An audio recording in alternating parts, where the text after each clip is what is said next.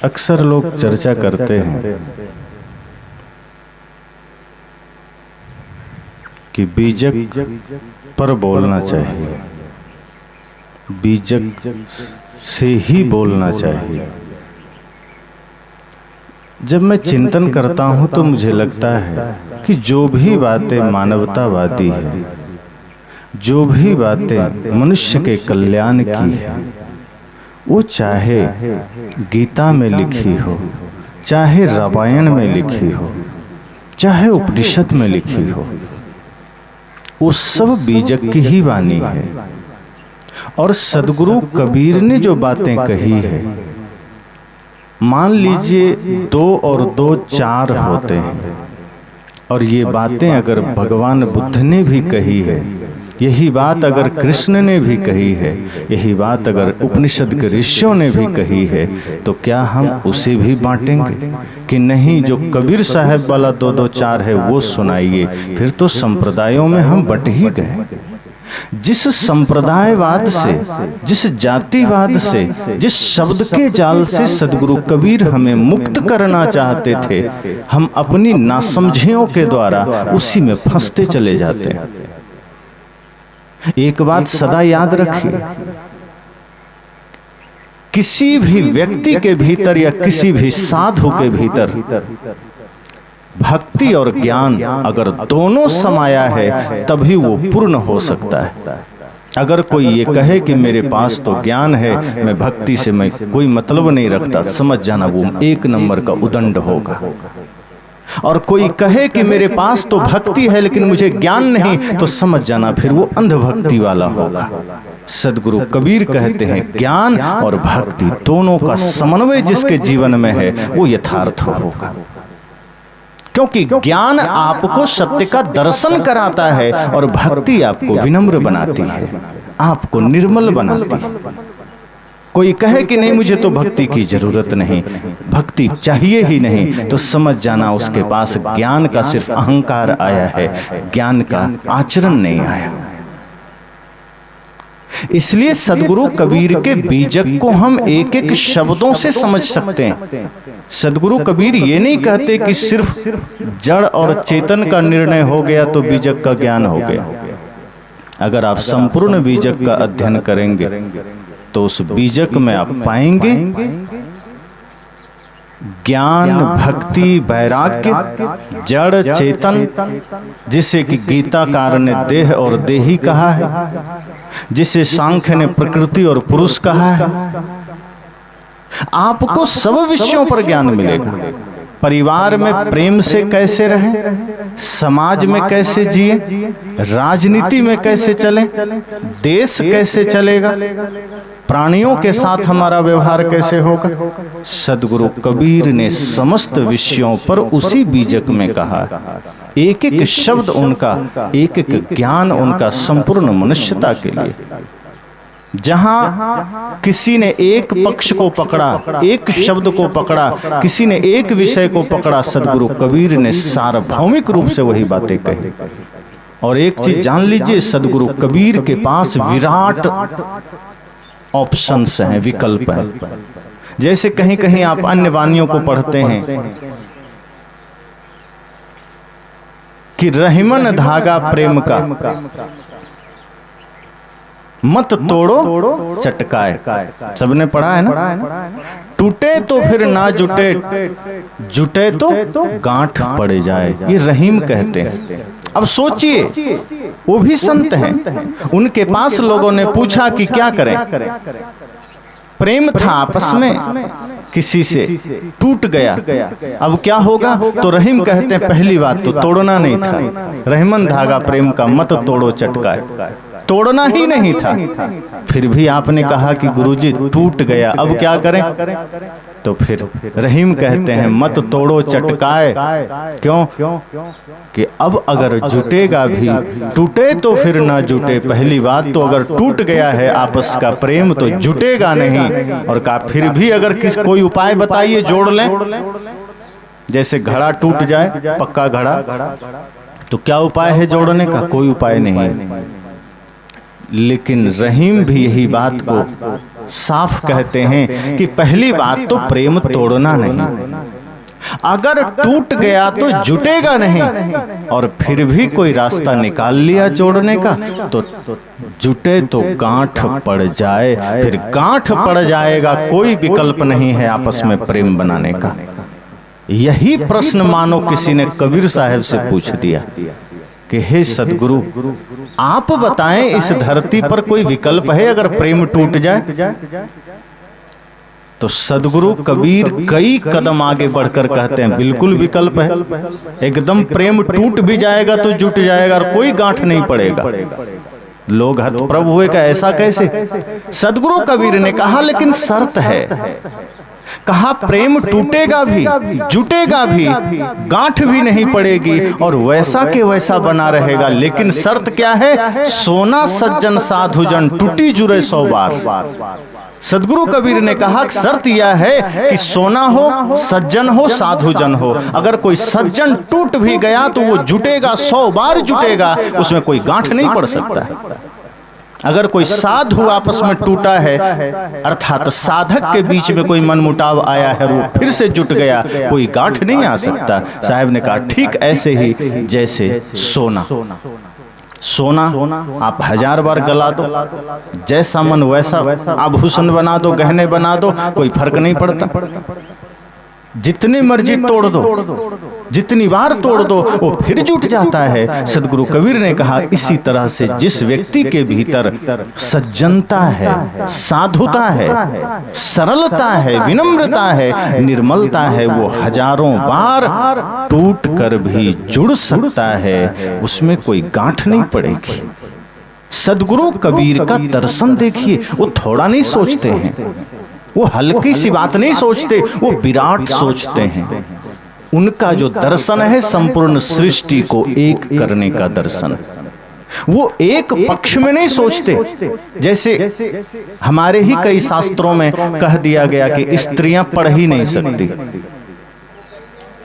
School नहीं जा सकती, मंदिर नहीं जा सकती। आज भी कई ऐसे मंदिर हैं जहां माताओं के लिए लिखा रहता है महिलाओं का प्रवेश वर्जित है, और पहले के समय में तो पढ़ने का अधिकार नहीं था। आज भी बहुत से कथाकार मंच से कहते हैं कि स्त्रियों को व्यास गद्दी पर बैठने का अधिकार ही नहीं।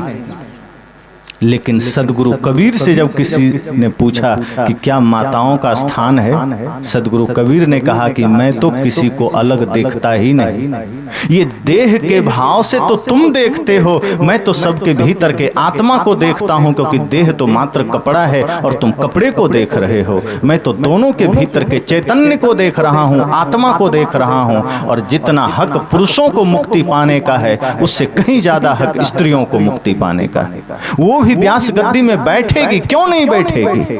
व्यास गद्दी में बैठने के लिए तुम्हें जन्म दे सकती है, तो उस व्यास गद्दी पर माताएं बैठ नहीं सकती? आधे बसे पुरुष आधे बसे जो। सदगुरु कबीर ने कहा कि नारी और पुरुष में कोई भेद नहीं, दोनों एक हैं, दोनों समान हैं, सिर्फ शरीर का भेद है।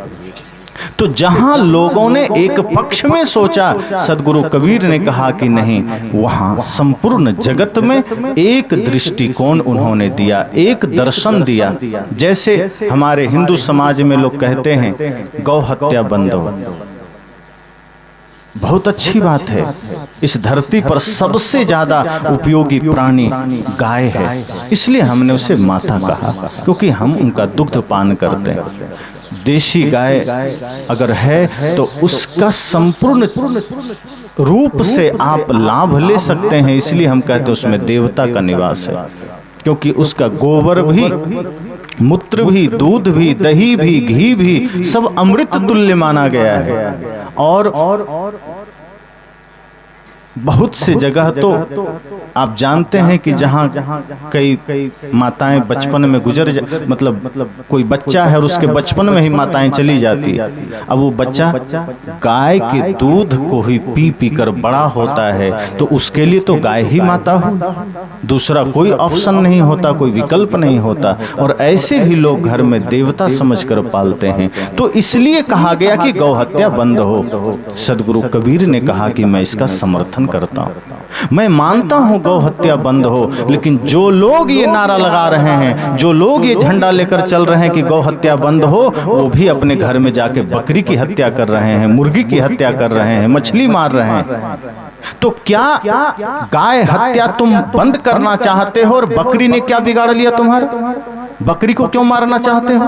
मुर्गी क्यों मारना चाहते हो? सदगुरु कबीर ने कहा कि मैं इस पक्ष में हूं कि गौ हत्या बंद हो, लेकिन मैं इस पक्ष में कतई नहीं हूं कि तुम मुर्गी मारो। कौन छूट दे दिया तुम्हें? किसने लाइसेंस दे दिया तुम्हें? इसलिए सदगुरु कबीर अपने शब्द में सिर्फ यह नहीं कहते कि हाँ गाय मत मारो मेरे बापुरा, वे कहते हैं जीव मत मारो बापुरा, सबका एक प्राण हत्या कबो न छूटी है जो कोटिन सुनो पुराण। सदगुरु कबीर का दर्शन आप देखिए कितना विराट है। वे कहते हैं एक चींटी में भी परमात्मा का निवास है।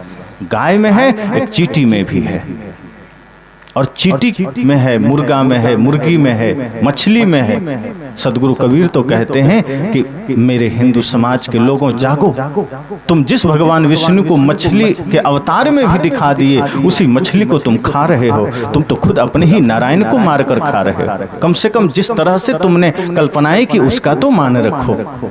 तो इस तरह से सदगुरु कबीर का दर्शन विराट है, लेकिन हम नहीं समझ पाने के कारण शब्दों के जाल में उलझते चले जाते हैं। जो सदगुरु कबीर संप्रदायवाद नहीं चाहते थे, जातिवाद नहीं चाहते थे, आज हमने उनके नाम पर ही संप्रदाय खड़ा कर लिया। आज हमने उनके नाम पर ही समाज खड़ा कर लिया। कपड़ों में अटक गए, तिलक में अटक गए। एक जगह मैं था तो किसी ने, जहां मैं था वे लोग कबीरपंथी नहीं थे। स्वाभाविक है कि सदगुरु कबीर के विचारों को जो लोग पसंद करते हैं वे लोग भी बुलाते हैं। तो वहां जाना हुआ तो वो तिलक जब लगाने आए तो उन्होंने लाल तिलक लगा दिया हमें। तो 2-3 कबीरपंथी संत बैठे थे, वो भड़क गए बाद में कि ये तो अनर्थ हो गया, सफेद तिलक लगाना चाहिए, लाल कैसे लग गया। मैंने समझाया, मैंने कहा तिलक में तुम संप्रदाय खड़ा कर रहे हो? अरे तिलक ही लगाया है, किसी का हत्या करके खून तो नहीं लगा दिया।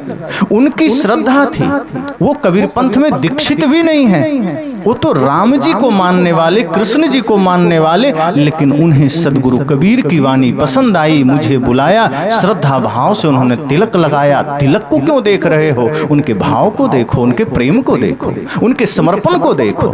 अगर हम तिलक में बंटते गए, कपड़ों में बंटते गए, फिर तो सदगुरु कबीर की वाणी लोगों तक पहुंचेगी ही नहीं। हम खुद दुश्मन बन जाएंगे सदगुरु कबीर के, हम खुद बन जाएंगे उस मानवतावादी विचार के, हम खुद दुश्मन बन जाएंगे सदगुरु कबीर के कल्याणकारी विचारों के। और हमने खुद दीवारें खड़ी की है, हमने खुद संप्रदाय की दीवारें खड़ी की है। इसलिए आज सदगुरु कबीर का विचार समाज में फैल नहीं रहा। तथाकथित कुछ ढोंगी साधुओं के वजह से ये समस्याएं आ रही है समाज में। इस कपड़े में सदगुरु कबीर ने कहा है, वेश देख मत भूलिए, बूझ लीजिए ज्ञान। थोड़ा सा शब्दों का ज्ञान हुआ कि अपने को साधक समझ लिया, साधु समझ लिया, और समाज में जाकर के झूठ का ज्ञान लोग देने लग जाते हैं कि मेरे पंथ में आओ तो मुक्ति मिलेगी, मेरे मंच पर आओ तो मुक्ति मिलेगी, मेरे गुरु से दीक्षा लो तो मुक्ति मिलेगी। मुक्ति का अर्थ भी पता नहीं होता, खुद बंधन में होते हैं, मुक्ति का ज्ञान देते हैं। सदगुरु कबीर कहते हैं मुक्ति सरल ही है, सरल भी है, कठिन भी है। मुक्ति का अर्थ ही है जहां संपूर्ण रूप से विकारों का नाश हो जाए, मोह का नाश हो जाए, और जहां सारी दीवारें गिर जाए। आप इतना विराट बन जाएं कि कोई संप्रदाय की दीवारें खड़ी न रहे, कोई जाति की दीवारें खड़ी न रहे, कोई शब्दों का जाल खड़ा न रहे। सदगुरु विशाल देव जी के बारे में कहानी, एक सत्य घटना कभी कभी संतों से मैंने सुना कि जब उनके पास कोई आते थे जो भूत प्रेत मानने वाले होते थे, और उनसे जब चर्चा करते थे कि गुरुजी भूत पकड़ लिया, भूत होता है कि नहीं, इतने महापुरुष वो कहते थे हाँ भूत होता है, हम ठीक करते हैं। तो लोग कहते थे कि आप कैसे कह रहे हैं? कहा ये मान्यता लेकर आया है, अगर मैं पहले ही कह दूंगा नहीं होता है तो ये कहीं और जाकर के झाड़ फूक करवाएगा, लाखों खर्च करवाएगा। उससे अच्छा मैं ही इसका समाधान कर दूं, और मैं जानता हूं ये भूत मन का भ्रम है, और मन का भ्रम तो मैं भी दूर कर सकता हूं। तो जिसके भ्रम को मिटाना है पहले उसके जैसा बनना पड़ेगा, तभी तो उसकी श्रद्धा जगेगी। अब जैसे कोई आदमी पानी में डूब गया, नदी में, तालाब में, तो आप क्या कर सकते हैं? आपको भी पहले उसके साथ डूबना पड़ेगा, जाना पड़ेगा। अगर आप चाहें कि नहीं मैं किनारे में बैठे बैठे इशारा करके बुला लूं तो आएगा क्या? अब हम डर भी रहे, हम नहीं कूदेंगे पानी में, और हमें मन भी है उसको बचाने का, कोई उपाय नहीं है, आपको उतरना पड़ेगा। अगर कोई भ्रम में है, कोई आडंबर में है, कोई अंधभक्ति में है, अंध मान्यता में है, संप्रदायवाद में है, हमें पहले उसके साथ खड़ा होना पड़ेगा। सत्य इतना सरल नहीं है कि हम किसी को दिखा दें।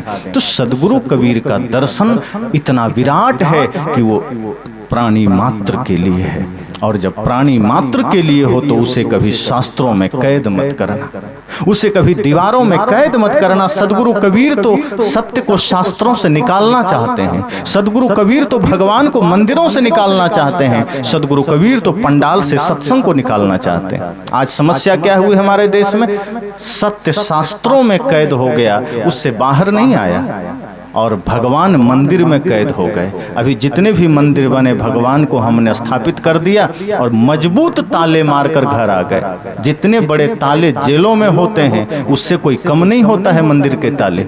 ऐसा लगता है कभी कभी कि मंदिर में भगवान नहीं, कोई कैदी बंद हो जो भाग ना जाए, और उसके लिए ताले लगे हैं। सदगुरु कबीर कहते हैं कि ये मैं नहीं चाहता, मैं चाहता हूँ वो भगवान मंदिर छोड़कर आपके घरों में आ जाए, आपके दिलों में आ जाए। हमने भगवान को मंदिर में बंद किया है, हमने सत्य को शास्त्रों में बंद किया है, किताबों में, और अपना किताब, तेरा किताब, मेरा कपड़ा, मेरा सिद्धांत, मेरा दर्शन, ये मेरा तेरा करके हमने वहां भी दीवारें खड़ी की है। सदगुरु कबीर कहते हैं ये सत्संग तुम्हारा पंडालों में रह गया। यहां से जब व्यक्ति घर जाता है वो रिक्त होकर जाता है, वो सत्संग लेकर नहीं जाता। साहब कहते हैं मैं चाहता हूं पंडाल से सत्संग भी तुम्हारे घर तक जा सके, मैं चाहता हूं ये शास्त्रों से सत्य तुम्हारे हृदय में जा सके, मैं चाहता हूं मंदिर से मुक्त होकर के राम, कृष्ण, बुद्ध, महावीर, कबीर ये सब तुम्हारे आंगन में आ सके, तुम्हारे हृदय में आ सके।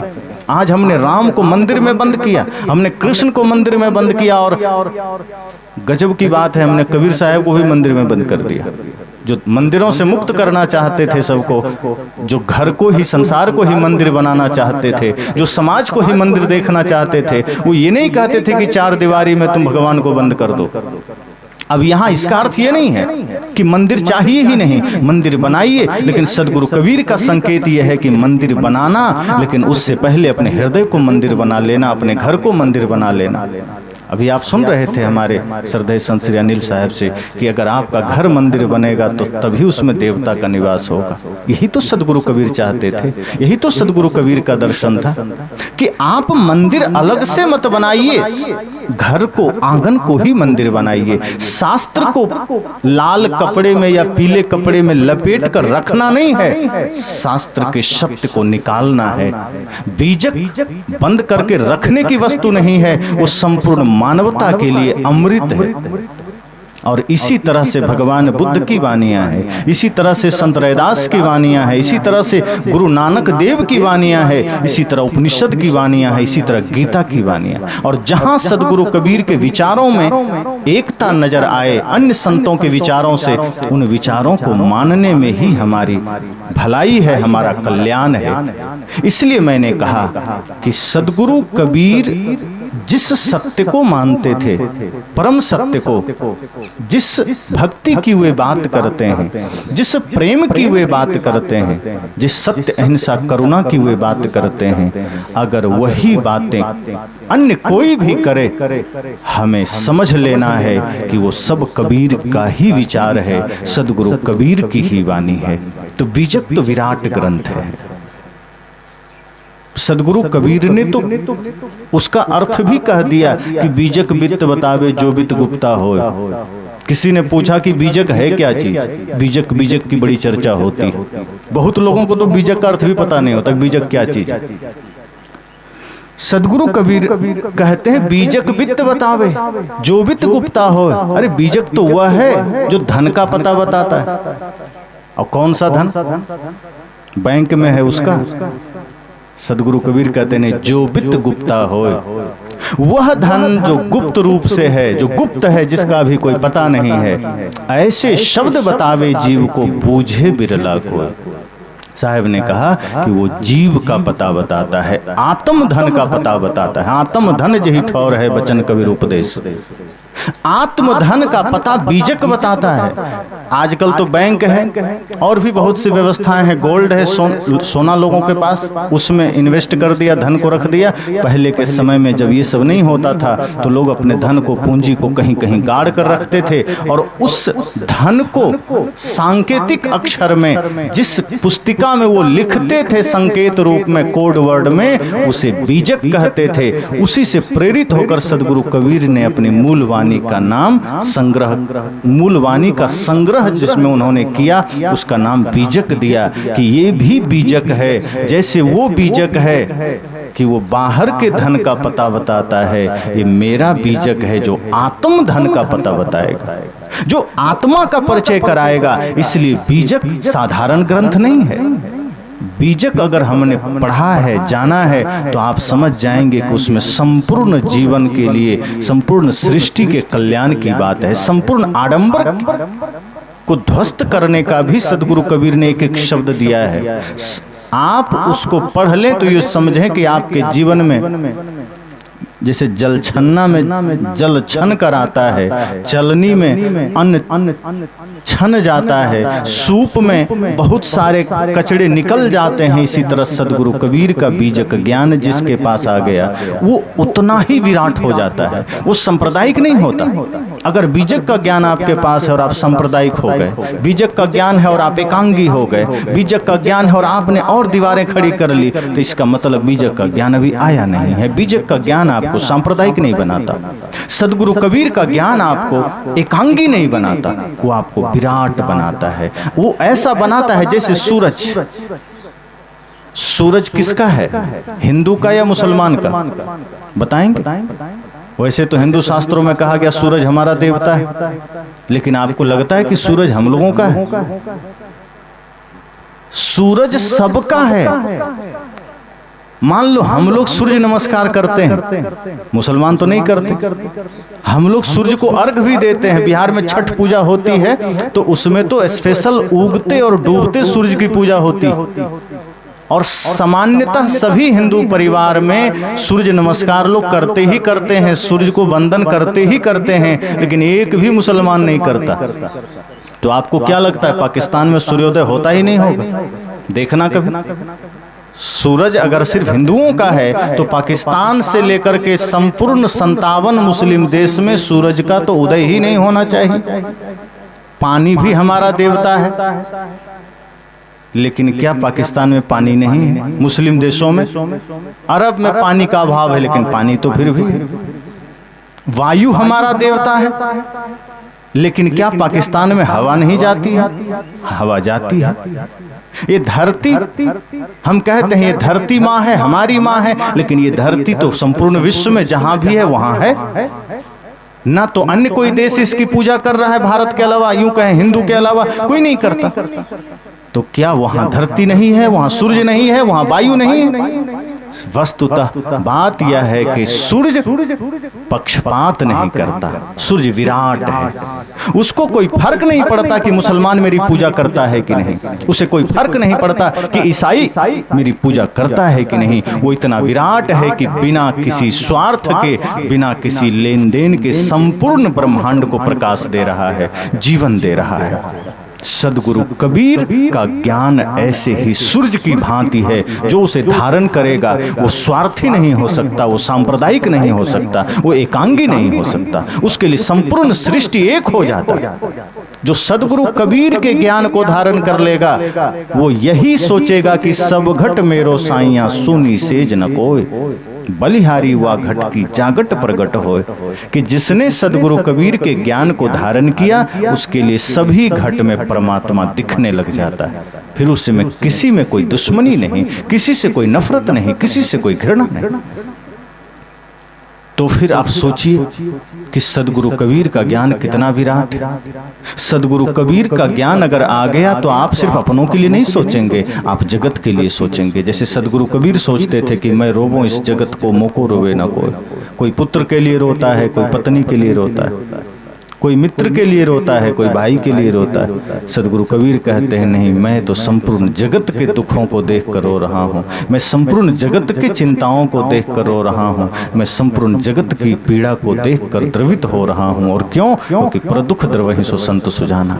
जो दूसरे के दुखों को देख कर द्रवित हो उठे, जो दूसरों को भी दुखी देख करके आंसू जिसके आंखों में आ जाए, वही तो सदगुरु कबीर जैसे संत हैं, वही तो संत हैं। हम सदगुरु कबीर को बांटे नहीं, हम उन्हें शब्दों में, संप्रदायों में कैद ना करें। वो संपूर्ण मानवता के लिए हैं, वो संपूर्ण विश्व के लिए हैं। जो भी उनको सच्चे अर्थों में पढ़ पाएगा वही उनको जान पाएगा। अधिकांश लोग तो उन्हें समझ ही नहीं पाते।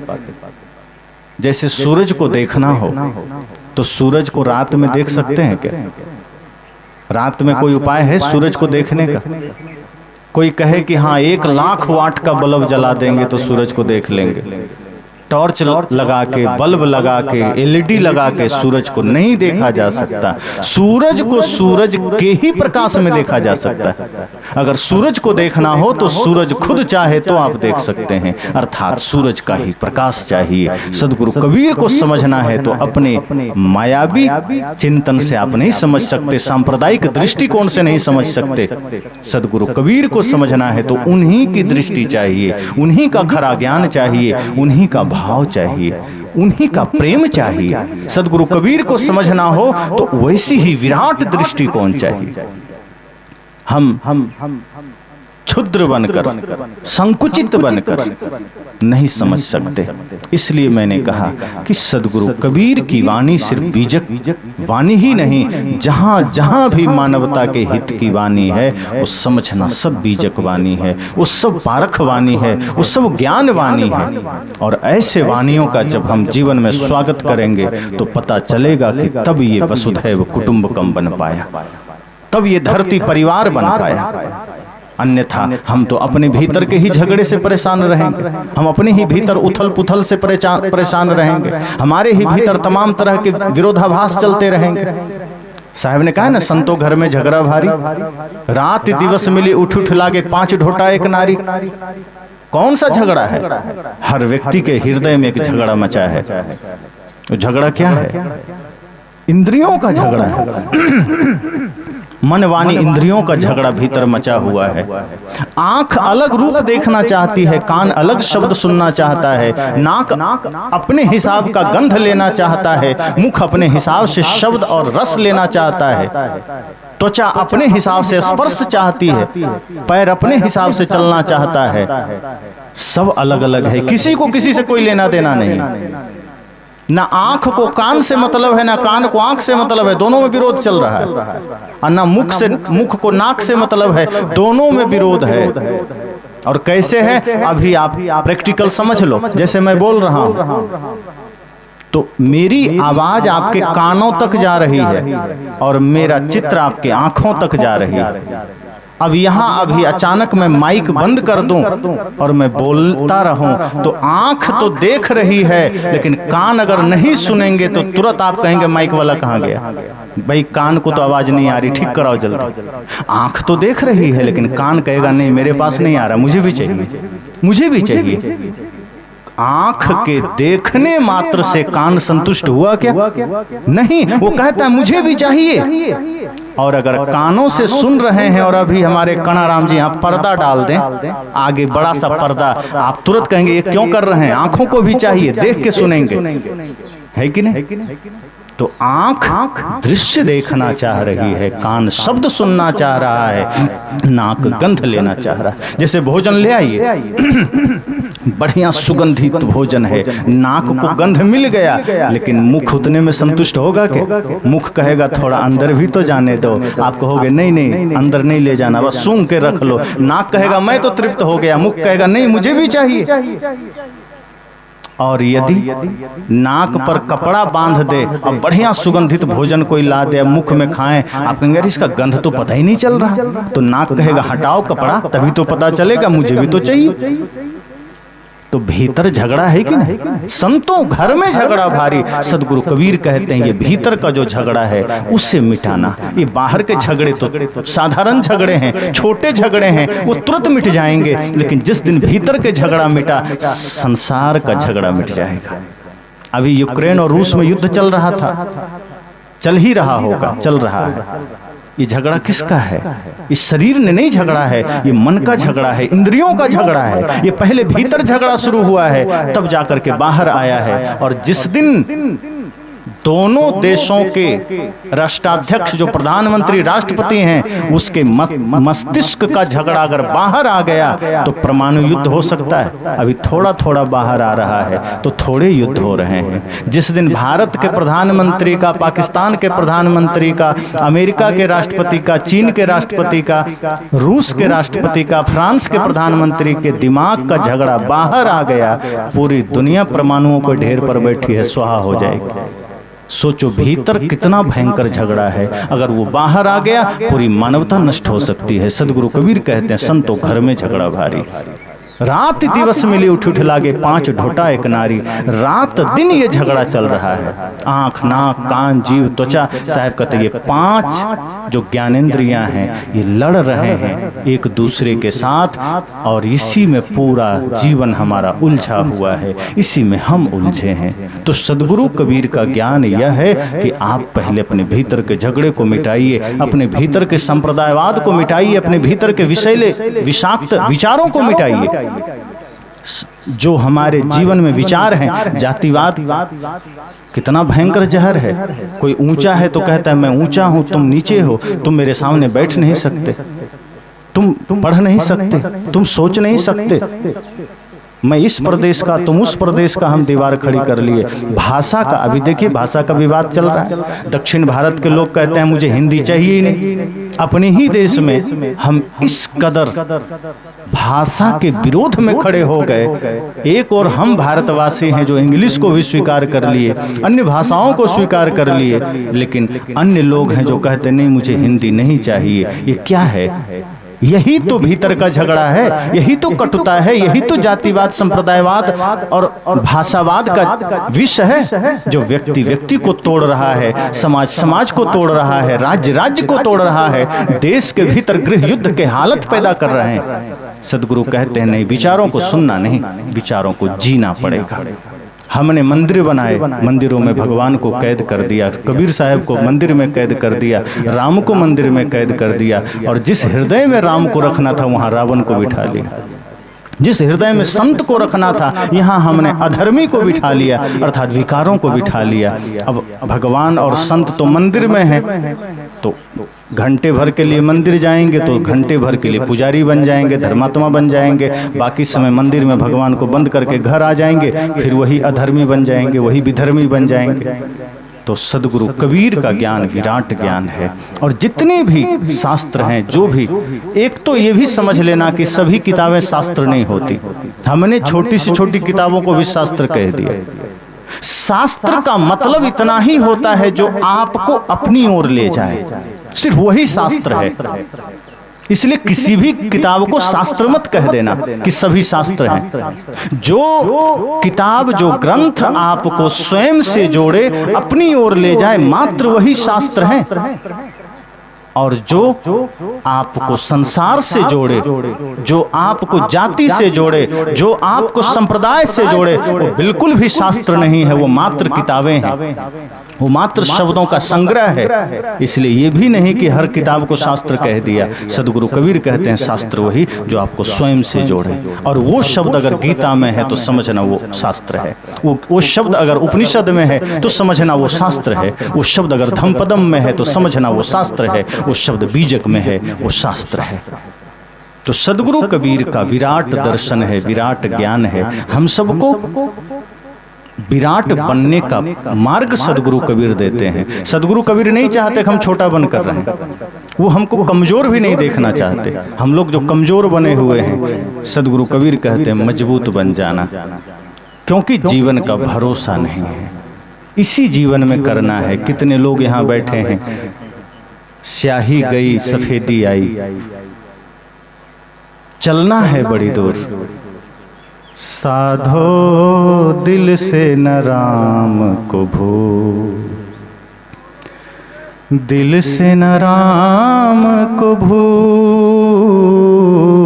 साधो दिल से न राम को भूल, स्याही गई सफेदी आई, चलना है बड़ी दूर। डार पात में तुम ही रंगीले, सब फूलन में फूल साधो, दिल से न राम को भूल।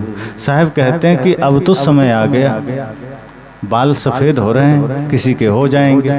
अब बाल सफ़ेद हो गए सचेत हो जाने का संकेत है, जागने का संकेत है कि भैया जवानी में तो गंवा दिया, जवानी तो बेहोशी में चला गया, अब बुढ़ापा आई है, बाल सफ़ेद हो रहे हैं, सजग हो जाना कि मृत्यु सिर पर खड़ी है। काल खड़ा सिर ऊपरे ते जाग विराने मीत, जाका घर है गैल में सोकस सोवे निश्चिंत। सदगुरु कहते हैं काल सिर पर खड़ा है, बाल सफेद हो गए, सूचना आ गई। एक तो मृत्यु जल्दी सूचनाएं नहीं भेजती, लेकिन बाल सफेद होने का, दांत टूटने का, आंखों से कम दिखने का, चाम लटकने का सूचना मृत्यु जरूर भेजती है। पर आदमी हो गया है चालाक, जब जैसे ही बाल सफेदी वाला सूचना आता है कि बाल सफेद हो गया, तो जागने का समय है, तो आदमी दौड़ते हुए चला जाता है ब्यूटी पार्लर में और वहां जाके बाल को काला करवा के आ जाता है, मेहंदी लगा के, ताकि मृत्यु को धोखा दिया जा सके। और हम जवान बन के आ जाते हैं, हम कहते हैं अब देखो सफेदी है क्या, नहीं, तो लगता है मृत्यु धोखे में दूसरे को उठा ले जाएगी कि ये आदमी तो जवान है, बूढ़ा तो है नहीं, ले तो इसी को जाना था, पता तो ठीक है, पर मृत्यु देखेगी कि नहीं इसका बाल तो काला है, तो चलो दूसरे को ले जाएं, कोई बूढ़ा दिख जाए। पर ऐसा नहीं है, हम चाहे जितना सोच लें कि मृत्यु भूल जाएगी रास्ता, ऐसा नहीं है। ये शुतुरमुर्ग नहीं है मृत्यु, शुतुरमुर्ग हम लोग हैं, मृत्यु तो शेर है। कहते हैं ना कि जंगलों के किनारे जहाँ नदी तालाब होते हैं, जो शुतुरमुर्ग पक्षी होते हैं, वो जब शेर को देख लेता है तो वो अपना सिर झाड़ियों में या बालू में गाड़ देता है। क्यों? क्योंकि उसे लगता है मैं शेर को नहीं देख रहा हूं तो वो भी मुझे नहीं देख रहा है। अब ऐसा होता है क्या? ऐसे इसी चक्कर में शेर आकर के दबोच के ले जाता है। अब जैसे मैं यहाँ बैठा हूँ, आप सबको देख रहा हूँ, आप मुझे देख रहे हैं। अब मैं अपनी आंखें बंद कर लूँ तो मैं तो आपको नहीं देख रहा हूं, लेकिन फिर भी आप मुझे देख रहे हैं। और मैं इस नासमझी में रहूं कि नहीं मैं अब नहीं देख रहा हूं, तो आप भी नहीं देख रहे हैं। यही हम करते हैं कि मैं मृत्यु को भूला हूं, मैं मृत्यु को नहीं देख रहा हूं, मैंने बाल काले करवा लिए तो मृत्यु भी मुझे नहीं देख रहा होगा। यही गलतफहमी में मृत्यु आती है, कान पकड़कर कहती चल अब हो गया तेरा समय, नाटक पूरा हुआ। तो जब बाल सफेद हुए हमने काले करवा लिए, आंखों से दिखाई देना कम हुआ, चश्मा आदि लगा लिए, कानों से सुनाई कम देने लगा तो मशीन लगा लिए, और अगर चमड़ी लटक गई चाम तो प्लास्टिक सर्जरी करवा ली। 70 वर्ष की आयु है, एकदम 40 का दिखने लगे और सोचते हैं अभी तो हम लंबा जिएंगे। पर मृत्यु कहती है कि तू जितना इतराना है इतरा लो, तुम्हें क्या लगता है हम अलग हैं? जिस दिन से तुम माँ के गर्भ में आए हो तब से मैं भी तुम्हारे साथ ही चल रही हूँ और मैं तुम्हारे एक एक हरकत को देख रही हूँ। मृत्यु कहती है मैं तुमसे अलग नहीं हूँ, तुम जो कुछ भी करोगे इस धरती पर मेरे से छिपा हुआ नहीं है। बस टाइम का इंतजार है कि किस दिन तुम्हारी डायरी पूरी हो जाए और हम तुम्हें ले चलें, और तुम उस दिन इंतजार करना, तुम चाहे जितना प्रयास कर लो तुम्हें जाना होगा। एक बार यमराज आ गए लेने, डायरी लेकर, सबका नाम लिखा था डायरी में। तो एक लड़के की आयु पूरी हो रही थी, वो समाज का सबसे चालाक लड़का था। तो उसी के दरवाजे पर यमराज आ गए, कहा भैया ये तुम्हारा ही घर है? हाँ। तुम्हारा नाम कंफर्म कर लिया, सब ठीक ठाक है? कहा बस ठीक है। तो लड़के ने कहा आप कौन? कहा यमराज।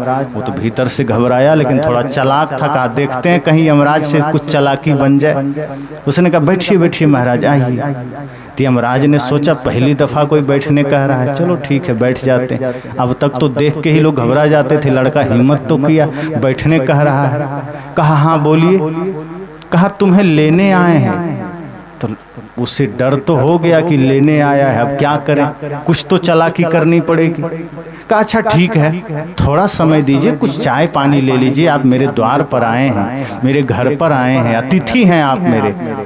यमराज सोचता है लोग तो मुझे देख के ही डर के भागने लगते हैं, ये हमको अतिथि कह रहा है। बेचारा यमराज भी पहली बार इतना सम्मान पाया था, वरना तो यमराज को लोग गालियां ही देते। तो वो भी फूल गया, अपना थोड़ा ड्यूटी भूल गया।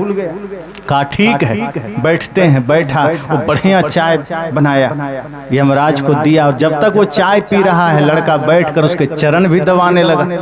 यमराज कहा वाह, इतना भला आदमी है, इसको ले जाना ठीक नहीं लगता, लेकिन कोई बात नहीं, अब देखते हैं।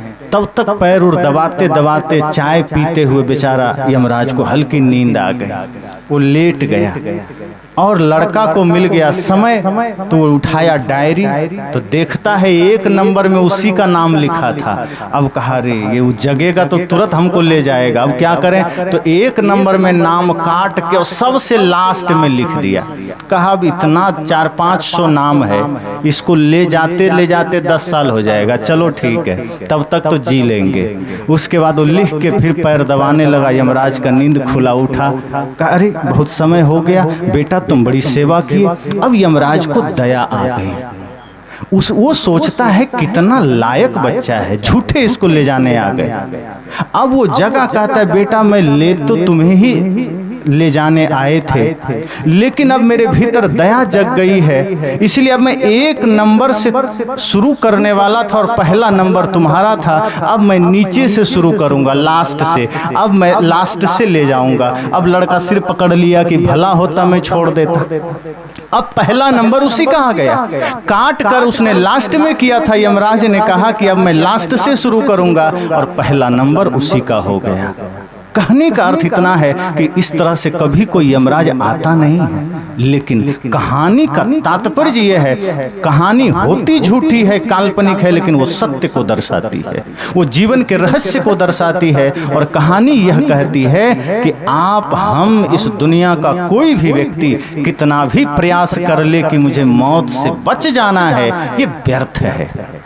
इसलिए यह भूल जाइए कि हम नहीं मरेंगे, और जब यह सत्य जान लेना है कि जब मरना ही है, जाना ही है, तो हंसते हुए जाएंगे, फिर रो कर क्यों जाएंगे, दुखी होकर क्यों जाएंगे, पाप कमा कर क्यों जाएंगे, कचरा जमा कर क्यों जाएंगे। तो इसलिए हम सबको सचेत रहना है, लेकिन हम करते क्या है, जीवन भर पाप, जीवन भर छल, जीवन भर नफरत, इससे झगड़ा, उससे झगड़ा, दिन रात झगड़ा, धन का झगड़ा, पद का झगड़ा, प्रतिष्ठा का झगड़ा, मान सम्मान का झगड़ा, दुनिया भर के झगड़े आ जाते हैं सामने, और हम लड़ते रहते हैं, लड़ते रहते हैं। तैयारी हमारी ऐसी होती है जैसे हम यहाँ से कभी जाएंगे ही नहीं। इसलिए सदगुरु कबीर ने बीजक के 99 नंबर शब्द में कहा, अब कहाँ चले अकेले मीता, उठहु न करहु घरहु की चिंता। जैसे कोई आदमी गुजर गया और सदगुरु कबीर वहां पहुंच गए, और अब सदगुरु कबीर समझ लो उस आत्मा से बात कर रहे हैं, मन ही मन चर्चा हो रही है। कोई व्यक्ति गुजरा हुआ है, उसका पार्थिव शरीर पड़ा है, पंचभौतिक शरीर जिसमें से आत्मा निकल गई है, लेकिन ये मानो कि सदगुरु कबीर उस आत्मा से डायरेक्ट बात कर रहे हैं। क्या अब कहाँ चले अकेले मीता, मित्र कह करके सदगुरु कबीर कहते हैं कि मेरे मित्र अब अकेले कहाँ जा रहे हो, ये शरीर को छोड़कर तुम कहाँ जा रहे हो। जब तक तुम इस शरीर में थे तो ये तुम्हारा खेत खलिहान, जमीन, नौकरी चाकरी, गाड़ी, ये स्त्री, ये बेटे, ये सब तुम्हारा था, और तुम उसी के भोग में, उसी की व्यवस्था में तुमने संपूर्ण जीवन लगा दिया, उसी को सजाने में, संवारने में, उसी को सही करने में, दिन रात उसी में लगा दिया। हम लोग भी तो वही करते हैं, घर, दुकान, परिवार, समाज, गाड़ी, घोड़ा, मोबाइल, कपड़े लत्ते, सब कुछ दिन रात उसी चिंतन में हम अपना समय लगा देते हैं। आत्मचिंतन हम करते ही नहीं,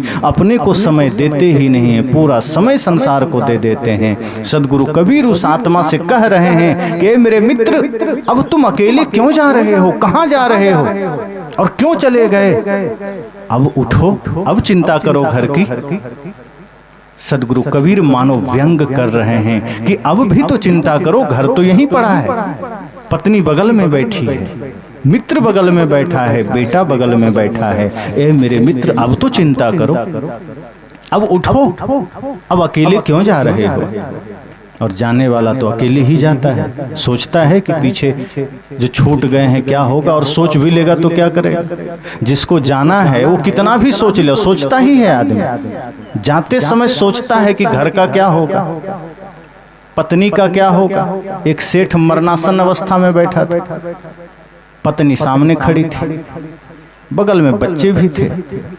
सेठ को लगा कि अब तो हम मर जाएंगे, तो अपनी पत्नी से कहा मेरा बड़ा बेटा कहाँ है?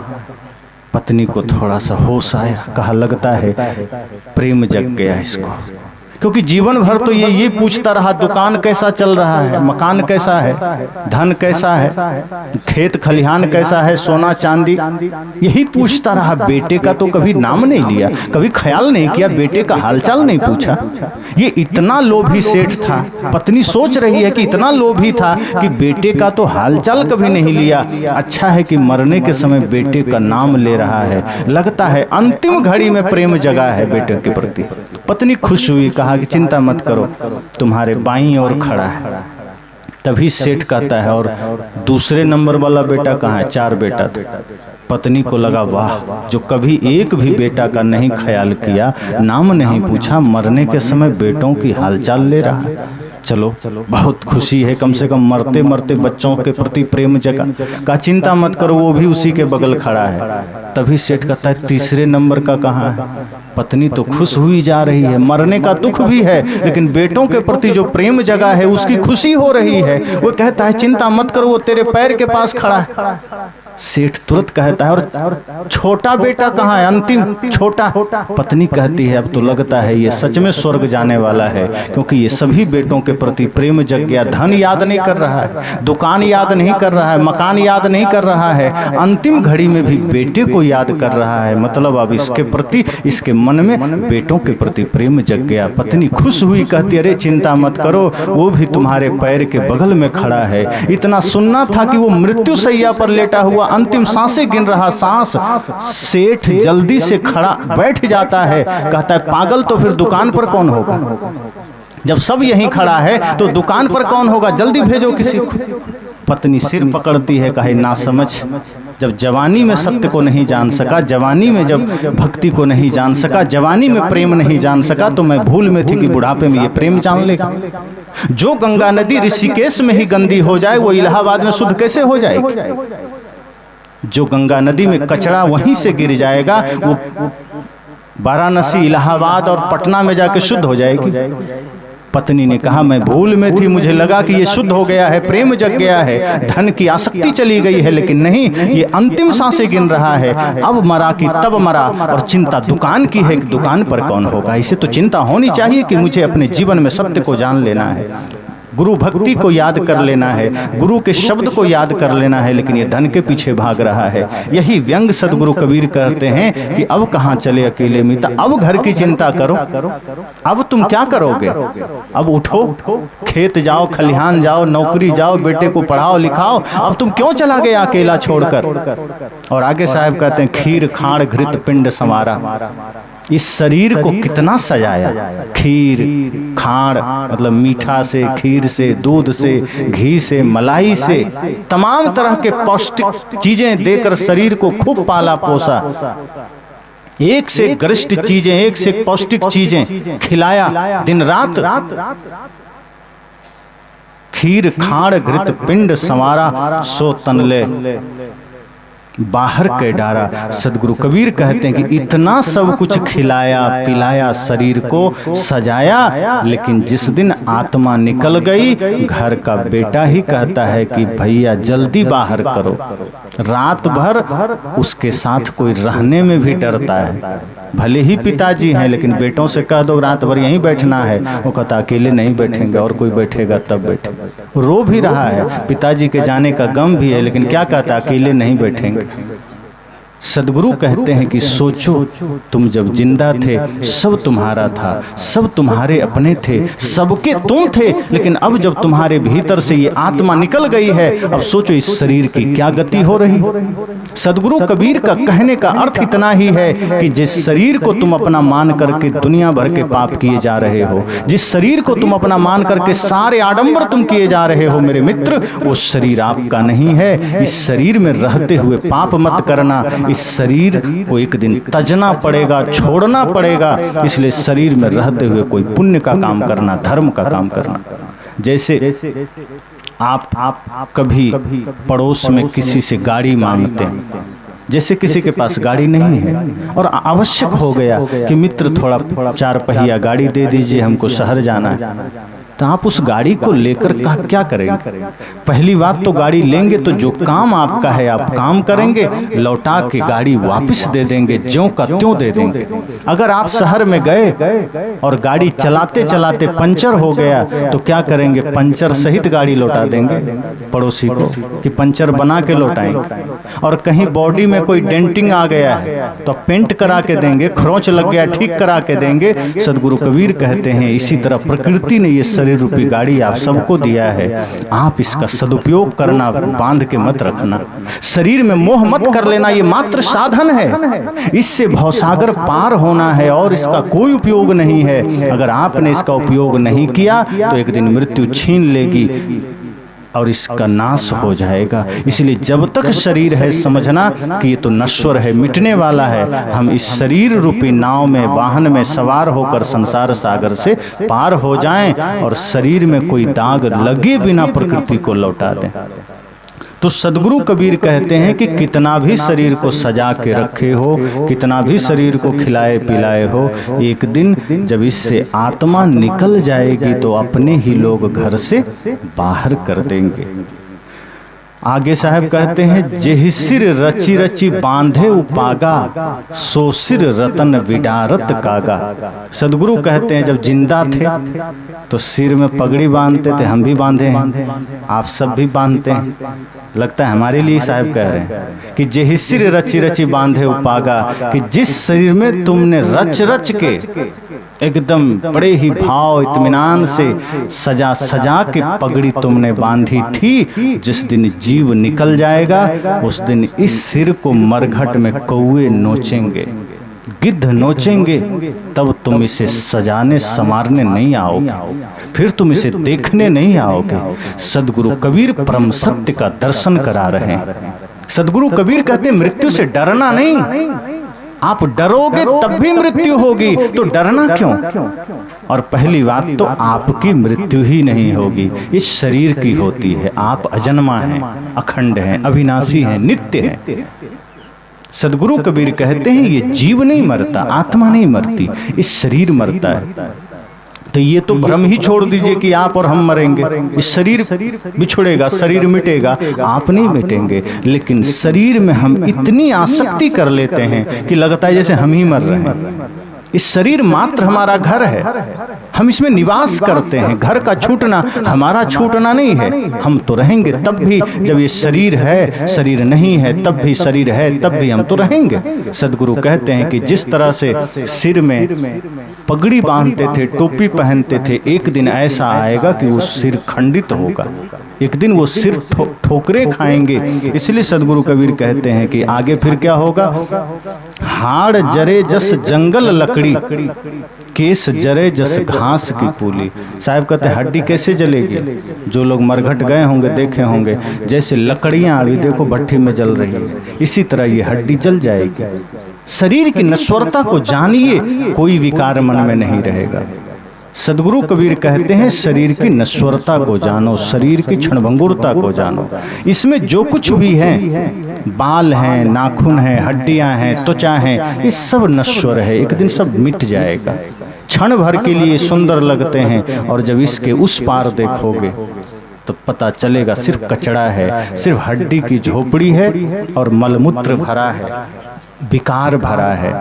चलहु का टेढ़ो टेढ़ो टेढ़ो, दसहूं द्वार नरक भरी बूढ़े, तू गंधी के बेड़ो। सदगुरु कहते हैं कि इस कचड़े रूपी शरीर को पाकर तुम कितना अकड़ कर चलते हो। अगर गहराई से देखो तो गंदगी के सिवा क्या है। अरे गाय भैंस बकरी के तो गोबर फिर भी खेत में काम आ जाते हैं, लोग उसे घर भी लीप लेते हैं, पर मनुष्य के जीवन में देखो अच्छा अच्छा खाता है लेकिन दसहूं द्वार गंदगी ही निकलती है, अच्छाई नहीं निकलती, गंदगी ही बाहर आती है, कुछ भी काम नहीं आता। इसलिए साहब कहते हैं मानुष तेरा गुण बड़ा मानस ना बेकाज। ए मनुष्य तेरा सिर्फ गुण बड़ा है, तुम्हारे अगर गुण नहीं है तो समझो 2 कौड़ी का भी तुम्हारा कीमत नहीं।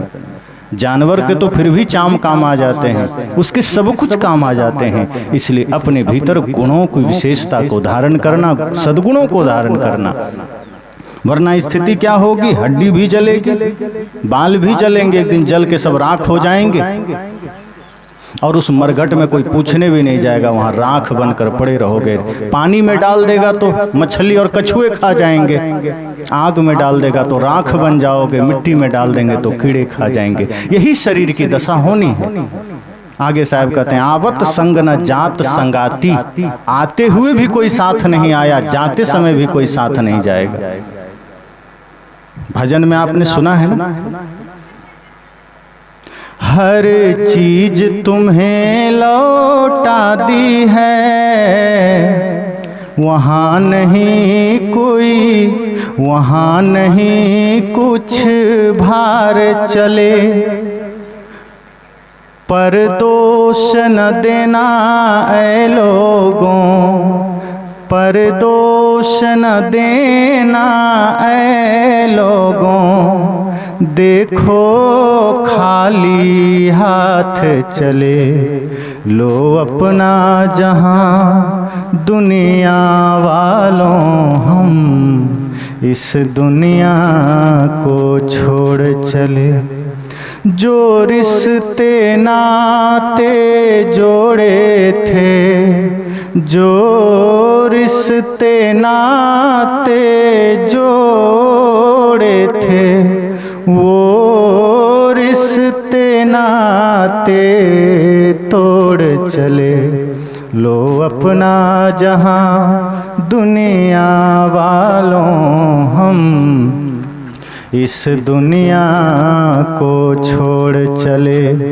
लास्ट में भजन में क्या कहा गया, वह राह अकेले कटती है, वहाँ नहीं कोई साथ चले, उस पार न जाने क्या पाए, उस पार न जाने क्या पाए, इस पार तो सब कुछ हार चले, लो अपना जहां दुनिया वालों, हम इस दुनिया को छोड़ चले। भजन में यह कहा गया कि वह राह अकेले कटती है। साहब कहते हैं आवत संग न जात संगाती, भजन में कह रहे हैं वह राह अकेले कटती है, कोई साथी नहीं होगा। ध्यान रखना, जिस धन को आपने अपना साथी माना वो धन तिजोरी से बाहर नहीं निकलेगा। आप कितना भी कहोगे कि मेरे मित्र मेरे धन, मैंने जीवन भर तुम्हें अर्जित किया है, तुम्हें ही महत्व दिया है, रिश्तों से ऊपर हमने तुम्हें माना है, अब अंतिम घड़ी आ गई है, मरघट जाना है, साथ तो चलो। धन कहता है कि जा जा, तेरे जैसे बहुत देखे, मैं तेरे साथ नहीं जाने वाला, मैं तो जो अब घर का मालिक है उसका हूं, तेरा कुछ भी नहीं। तो जिस तिजोरी में धन को आपने रखा वो धन तिजोरी से बाहर भी नहीं निकलेगा, आपको कहेगा जा। तब आप सोचेंगे अब क्या करें, तो चलो परिवार वालों से पूछ लें, पत्नी से, बेटे से, भाई से, कि तुम चलो साथ में। तो वो लोग क्या कहते हैं, हाँ मैं चलूंगा, लेकिन सिर्फ शमशान घाट तक, मरघट तक ही जा सकता हूं, उसके आगे तो कोई उपाय नहीं, उसके आगे तो कोई विकल्प नहीं। तब आप सोचते हैं कि धन के बाद सबसे ज्यादा समय परिवार को दिया और ये परिवार मरघट तक ही जाएगा। तब आप अपने शरीर की तरफ देखते हैं कि तुम कहां तक जाओगे, तो शरीर कहता है मेरा भी वही मरघटे तक साथ, इसके आगे मैं भी नहीं जा सकता। साहब कहते हैं आवत संग न जात संगाती, अब ध्यान देना आते समय भी अकेले आए थे और जाना भी अकेले होगा, शरीर भी इसी मरघट में जाकर के साथ छोड़ देगा। तब आत्मा बिलखती है, रोती है कि अब कौन साथी है। तब धर्म कहता है कि जिसको तुम जीवन भर भूले रहे, जिस सत्य को, जिस धर्म को, जिस सत्संग को, जिस गुरु भक्ति को तुम कभी कभी जाकर किए हो, वही भक्ति वही धर्म कहता है कि तुम मेरे पास आ जाओ, मैं तो तेरे साथ जन्म जन्म साथ रहूंगा। ये जन्म कौन कहे, आगे हर जन्म तेरा साथ दे सकता हूं, क्योंकि शरीर के पास सामर्थ्य नहीं कि वो तेरे साथ जा सके, परिवार के पास वो सामर्थ्य नहीं कि वो तेरे साथ जा सके, धन के पास वो सामर्थ्य नहीं कि वो साथ जा सके, लेकिन धर्म कहता है मेरे पास वो सामर्थ्य है कि अगर तुमने मुझे स्वीकार किया, तुमने मुझे धारण किया, तो जन्म जन्म मैं तेरा साथ दे सकता हूं, इसलिए मेरी शरण में आ जा, अर्थात मुझे स्वीकार कर। तो सदगुरु कहते हैं अगर तुमने संसार को जोड़ा है, अगर तुमने बाहर के धन को जोड़ा है, माया को जोड़ा है, तो आवत संग न जात संगाती, काह भय दल बांधल हाथी। कितना भी हाथी घोड़ा वाहन सारे फौज फक्कड़ तुमने बांध लिए, क्या होगा, जाना तो अकेले है। अब इसका अर्थ ये नहीं कि सब छोड़ करके जंगल में जाके बैठ जाइए। सदगुरु कहते हैं सब में होते हुए ये सोचिए कि ये मेरा नहीं है। व्यवहार काल में यह सोचिए कि घर मेरा है, धन मेरा है, वस्तुएं मेरी है, जमीन मेरी है, लेकिन जब आंखें बंद करके बैठिए और आत्मचिंतन करिए तो सिर्फ इतना सोचिए कि ये शरीर भी मेरा नहीं। व्यवहार में जीवन बिताइए तो मान लीजिए कि सब ठीक है, आपका है व्यवहार चलाने के लिए, लेकिन जब सत्य रूप में अपने अंदर निहारिए, देखिए, आत्मावलोकन करिए, आत्मनिरीक्षण करिए, तो एक ही संकल्प लीजिए कि ये शरीर भी मेरा नहीं है, मात्र व्यवहार के लिए प्रकृति ने दिया है और जाते जाते हमें इसे लौटा के जाना है, ये साथ नहीं जाने वाला। तब क्या होगा कि धन में रहते हुए धन में आसक्ति नहीं होगी, शरीर में रहते हुए शरीर में आसक्ति नहीं होगी। कमल पत्र है संत जन रहे जगत के माए, बालक के रिधाए जो आपन जानत नाय। जैसे कमल कीचड़ में रहता है, जल में रहता है, लेकिन जल उसको स्पर्श भी नहीं करता, इसी तरह सदगुरु कहते हैं संसार में रहो, लेकिन ये संसार की आसक्ति को मत बांधो, संसार से आसक्ति मत पालो, धन के प्रति आसक्ति मत पालो। आगे साहब कहते हैं माया के रस ले ही न पाया, जिस माया को जोड़ जोड़ के इकट्ठा किया, सोचा अंतिम में माया का भोग करेंगे, और तब तक मौत आ गई, माया का रस भी नहीं ले पाया। सब जोड़ते गए कि अब शांति से सबका भोग करेंगे, सबका उपयोग करेंगे, तब तक मृत्यु कहती है अच्छा जोड़ लोगे तब आएंगे। और जैसे ही जोड़ना पूरा हुआ, जैसे ही धन इकट्ठा हुआ, अचानक मृत्यु आकर कहती है कि चलो समय हो गया। तब आप कहते हैं अभी तो हमने कुछ देखा ही नहीं, कुछ भोगा ही नहीं, अभी तो हमने सिर्फ धन कमाया है, अभी तो हमने ये महल बनाया है, अभी तो हमने सिर्फ विस्तार किया है, अब तो जीने भोगने का समय आया था। मृत्यु कहती है ऐसा इतना समय नहीं मिलेगा, अब चल तेरा समय पूरा हो गया। साहब कहते हैं माया का रस ले ही न पाया और अंतर जम बिलार होय धाया।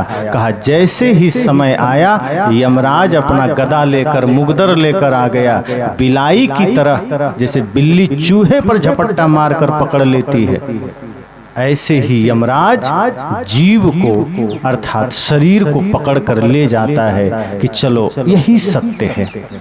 और इस सत्य को जो स्वीकार कर लेता है वही निर्भय हो जाता है। सदगुरु कबीर हमें डराना नहीं चाहते हैं कि मृत्यु से डरते रहो, वे कहते इतना निर्भय हो जाओ कि मृत्यु आपसे डरने लगे कि हम जिसके पास जा रहे हैं वो आदमी तो डरता ही नहीं है। शरीर पंचभौतिक है, मिट्टी पानी आग हवा प्रकृति का है, शरीर को तो ले लेंगे लेकिन आत्मा को कोई कुछ कर पाएगा क्या। सदगुरु कबीर कहते हैं निर्भय हो जाओ, निर्भय भय तहाँ गुरु की नगरिया, सुख सोए दास कबीरा हो। तो निर्भय होने का ज्ञान सदगुरु कबीर देते हैं। मृत्यु की याद का मतलब नहीं कि मृत्यु की याद करके डरते जाना है कि घबराना है। मृत्यु की याद का अर्थ है डरना नहीं है। मृत्यु की याद का मतलब है सजग होकर जीना है, सचेत होकर जीना है, जीवन में जाग कर जीना कि कब मृत्यु आ जाए। और एक बात याद रखना, मृत्यु को अतिथि कहा है। हम आजकल लोगों को अतिथि कह देते हैं, आम आदमी अब अतिथि नहीं रहा। अतिथि का मतलब क्या है, जो बिना तिथि के आ जाए, अर्थात बिना सूचना के, बिना जानकारी के।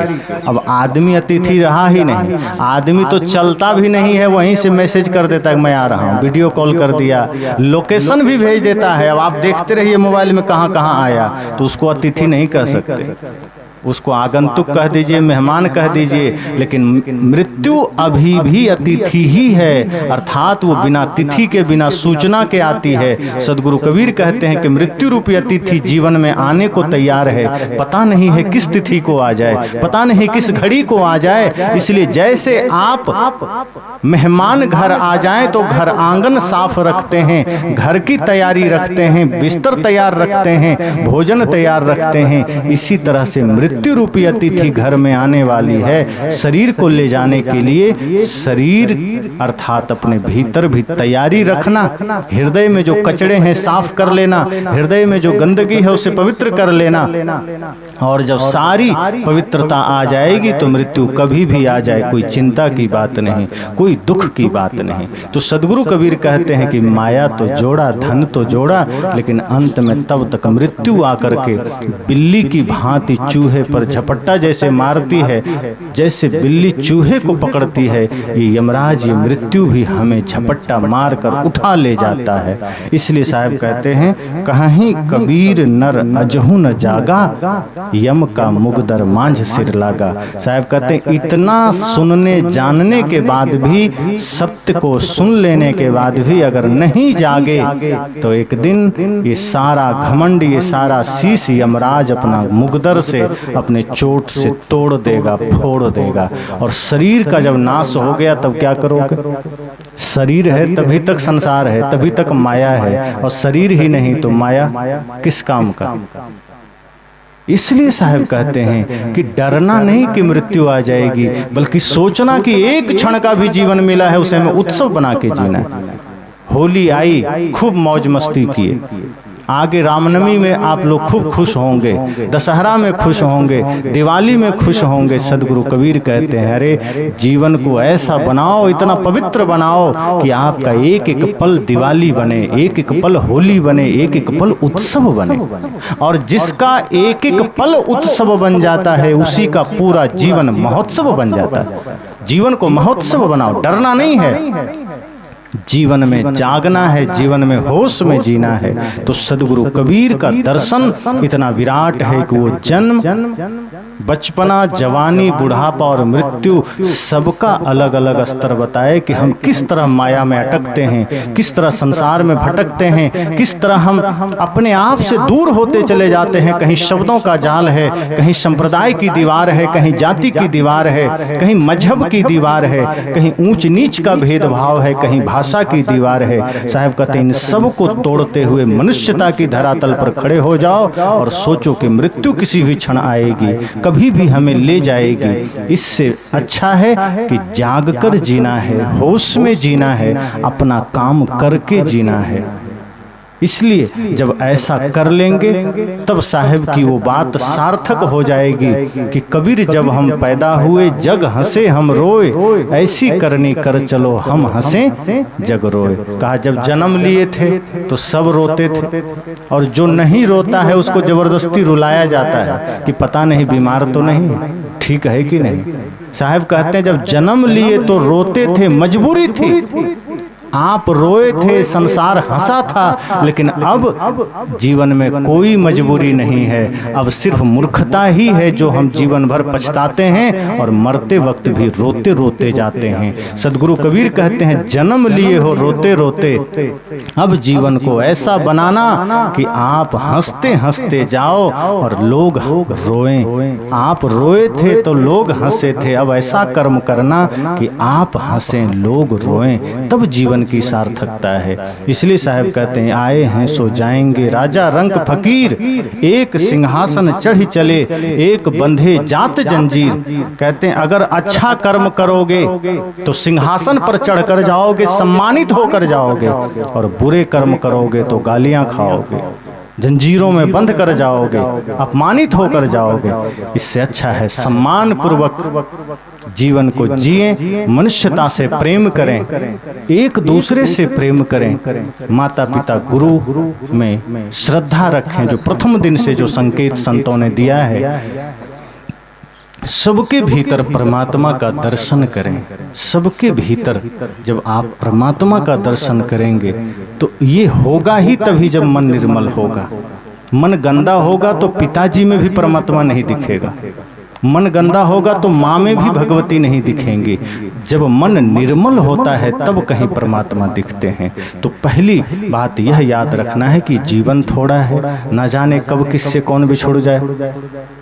तुलसी या संसार में भांति भांति के लोग, सबसे हिलमिल चालिए नदी नाव संजोग, पता नहीं कब कौन बिछुड़ जाए।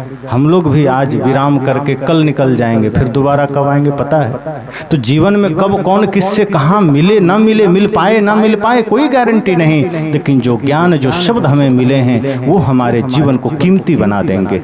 हम 1000 साल नहीं जिएंगे, 10,000 साल नहीं जिएंगे, हमारा शरीर अमर नहीं हो सकता है, लेकिन गुरुजनों की वाणियों को अगर हमने जीवन में उतार लिया तो हमारा कर्म जरूर हमें अमर बना देगा, हमारी रहनी जरूर हमें अमर बना देगा। फिर शरीर भले मिट जाए लेकिन हम अमर हो जाएंगे, हमारा भी नाम अमर हो जाएगा। इसलिए हम सब सचेत रहें। कितना बढ़िया अवसर दिया हमारे कणाराम जी ने, 5 दिन का सत्संग, भोजन भजन दोनों, और इस तरह से प्रतिदिन ज्ञान की धारा बहती रही, ज्ञान की सरिता में आप सब डुबकी लगाते रहे।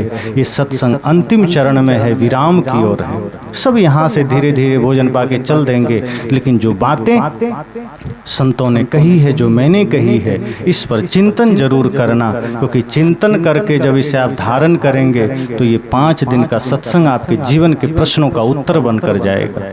अगर आप इस पर चिंतन करेंगे तो यह 5 दिन का सत्संग आपके जीवन की समस्याओं का समाधान बनकर जाएगा।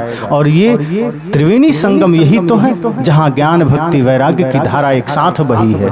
और जब उस धारा में हम डुबकी लगाएंगे तब कणाराम जी का ये सत्संग, ये यज्ञ सफल होगा, सार्थक होगा।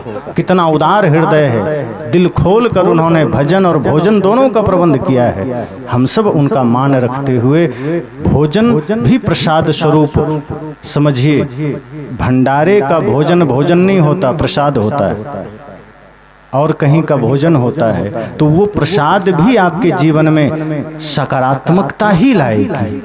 और ये सत्संग तो जीवन में जरूर उच्च आदर्शों को स्थापित करने का काम करेगा।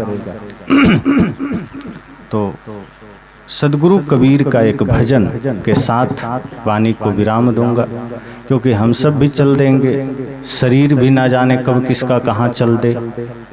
आत्मा और शरीर की विदाई के बाद जो चित्रण है सदगुरु कबीर ने इसमें किया है कि जब शरीर से आत्मा निकल जाती है तो क्या वार्तालाप हुआ है दोनों में, वही है।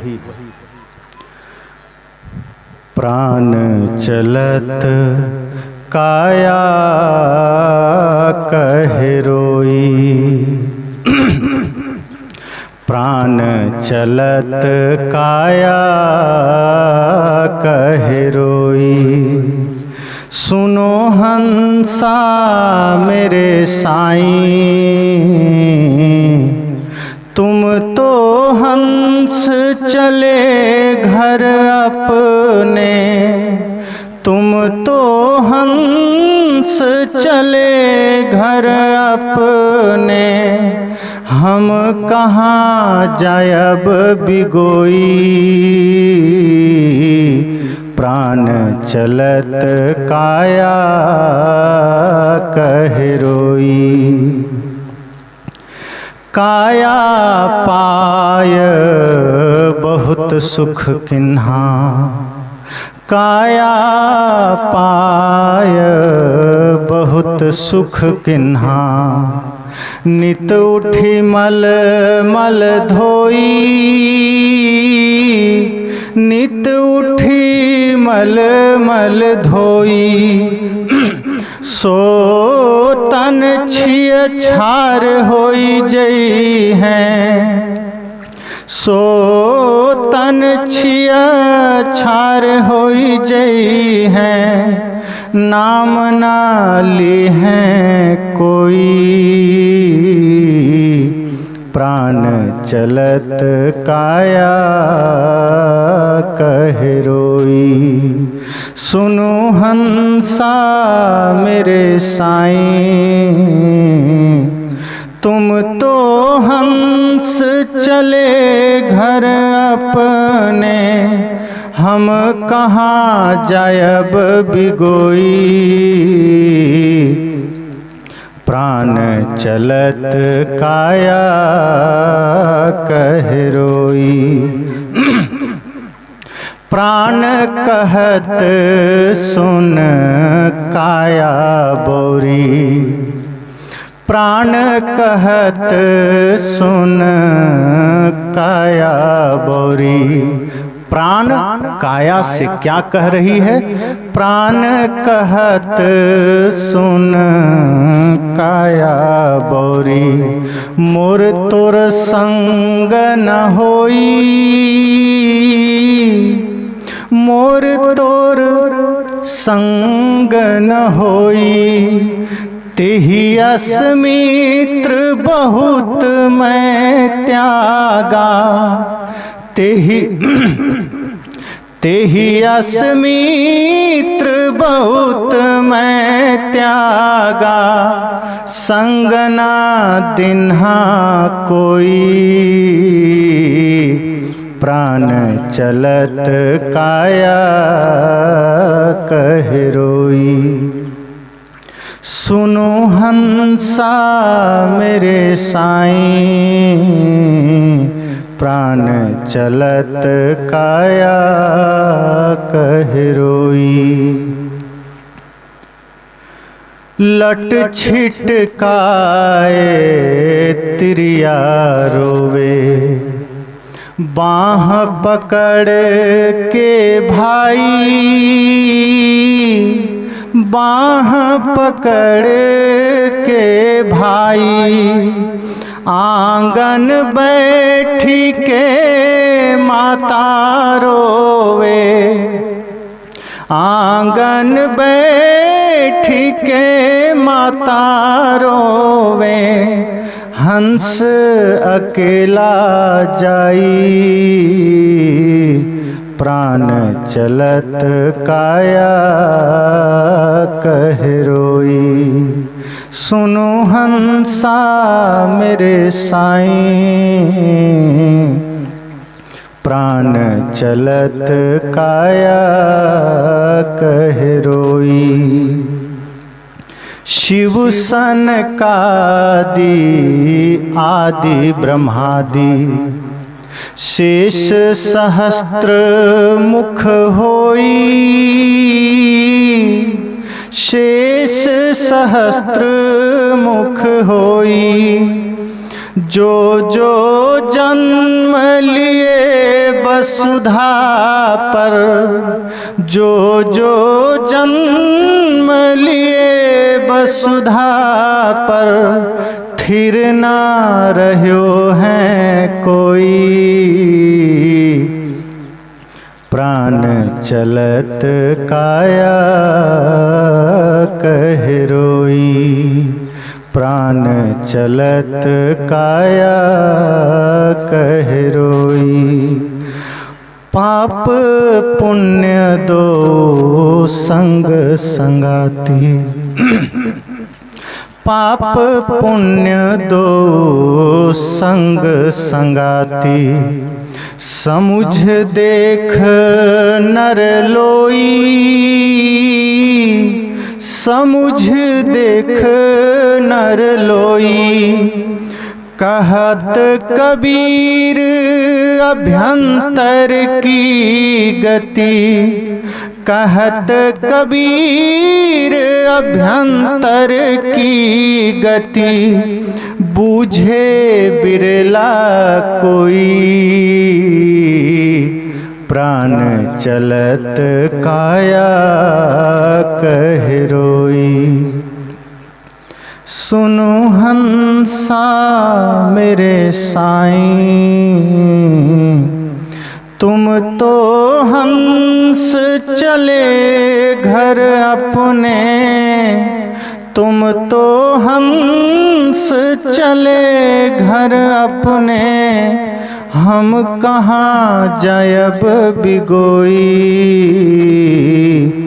प्राण चलत काया कह रोई, प्राण चलत काया कह रोई। सदगुरु कबीर का यह पद संपूर्ण जीवन के लिए समझना अमृत का सूत्र है।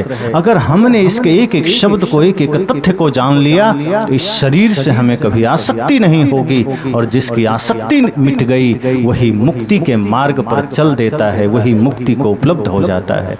तो मैंने 5 दिनों में बहुत सी बातें जो सदगुरु कबीर के ही हैं, जो महापुरुषों के हैं, मैंने आपके बीच रखे हैं। आपको जो बातें अच्छी लगी, जो बातें आपके जीवन के लिए उपयोगी लगी, निश्चय ही आप उसे अपने जीवन का हिस्सा बनाएं, अपने आचरण से जोड़ें, अपने विचारों से जोड़ें। और अगर एक शब्द भी अपने जीवन में आप उतार लेंगे, समझना आपकी ये यात्रा सफल हुई, आपका ये सत्संग सफल हुआ। और यदि बिना कुछ किए चले गए तो सदगुरु कबीर फिर कहते हैं, भजन बिना नर बाबरे तूने हीरा जन्म गंवाया। फिर ये जो हीरा का जन्म है, ये जो कीमती जीवन है, ये गंवा देंगे, कुछ लेकर नहीं जाएंगे।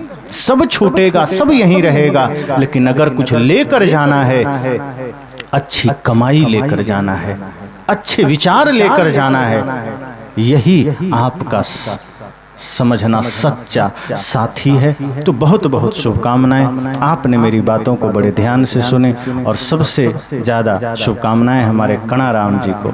इन्होंने बहुत ही अथक प्रयास किया और बरसों से ये प्रयास कर रहे हैं। हम सब अपनी तरफ से, संत गुरुजनों के तरफ से ये शुभकामना इन्हें देते हैं कि सीकर जिले की धरती से जो ज्ञान की ज्योति उठे, वो पूरे राजस्थान नहीं पूरे भारतवर्ष में जाए, और इनकी यात्रा जो धर्म की यात्रा है, प्रेम की यात्रा है, सत्य की यात्रा है, इसमें ये सहभागी बने।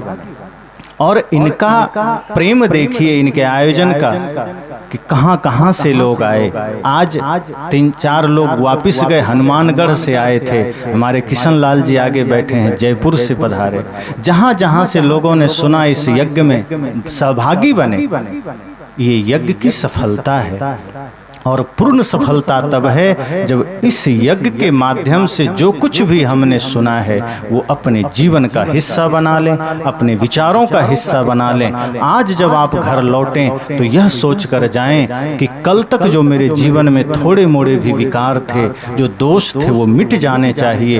अगर आप पिता हैं और घर जाएं तो अपने पुत्र से ऐसा मिलें जैसे कि आप में परिवर्तन आ गया है, आपकी भाषा प्रेम की भाषा हो, आपके विचार सत्य विचार हों, आपकी शुभकामना, आपकी शुभ भावना आपके संतान को मिले।